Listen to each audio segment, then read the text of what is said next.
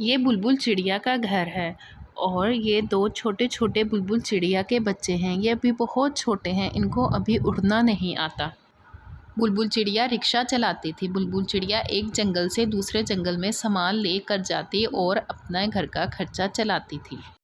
बुलबुल चिड़िया के घर के पास एक कबूतर भी रहता था जो बहुत ज़्यादा सुस्त और लालची था। वो हर टाइम सोया रहता और उठकर दूसरों का खाना चुरा कर खा लेता। अरे वाह, आज तो बहुत मज़े की नींद आई है। चलो अब खाने का कोई जुगाड़ लगाता हूँ।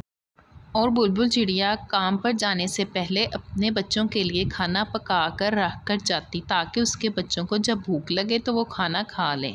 ठीक है बच्चों, अब मैं काम पर जा रही हूँ। खाना पकाकर मैंने किचन में रख दिया है, जब आपको भूख लगे तो खाना खा लेना।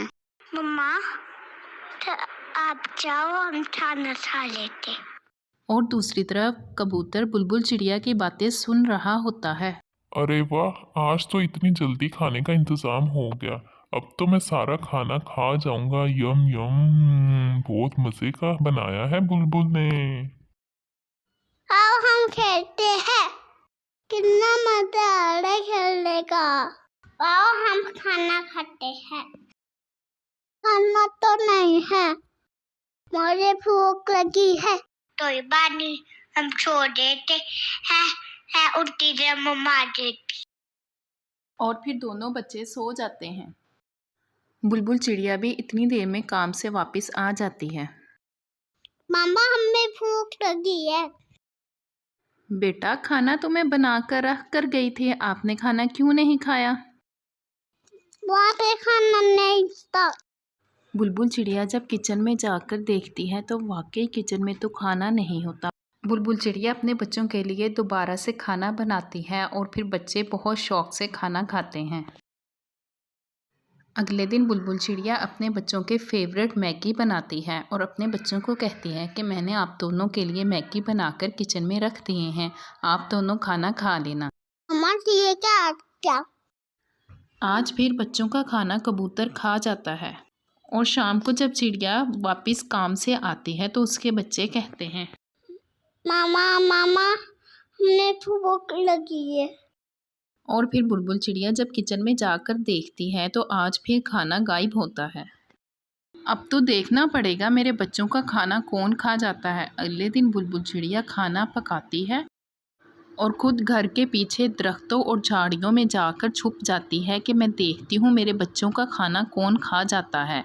और फिर बुलबुल चिड़िया देखती है कि कबूतर उनके बच्चों का खाना खा जाता है। बुलबुल चिड़िया कबूतर के पास जाती है, जाकर उसे डांटना शुरू कर देती है। कबूतर भैया, ये बहुत गलत बात है, आप रोज मेरे बच्चों का खाना खा जाते हो। अरे चिड़िया, अब तुम मुझे बताओगी कि गलत क्या है सही क्या है। चल भाग यहाँ से।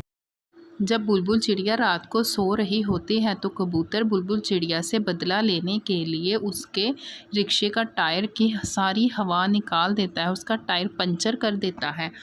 मज़ा तो अब आएगा, मुझे बातें सुना रही थी ना बुलबुल। अगले दिन जब बुलबुल चिड़िया सुबह काम पर जा रही होती है तो उसका रिक्शा और खुद बुलबुल चिड़िया गिर जाते हैं। ओ ये क्या, मेरे तो रिक्शे का टायर पंचर हो गया है। चलो शुक्र है मेरे पास एक और टायर है। फिर बुलबुल चिड़िया अपने रिक्शे का टायर चेंज करती है। बहुत थक गई हूँ, चलो ऐसा करती हूँ, थोड़ी देर आराम कर लेती हूँ।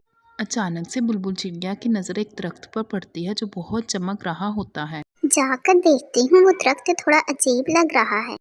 अरे वाह, इस दरख्त के ऊपर तो सोने के सिक्के लगे हुए हैं। ऐसा करती हूँ, इन सोने के सिक्कों को बोरी में डालकर घर ले जाती हूँ। बुलबुल चिड़िया उन सोने के सिक्कों को घर ले जाती है और बहुत अमीर हो जाती है।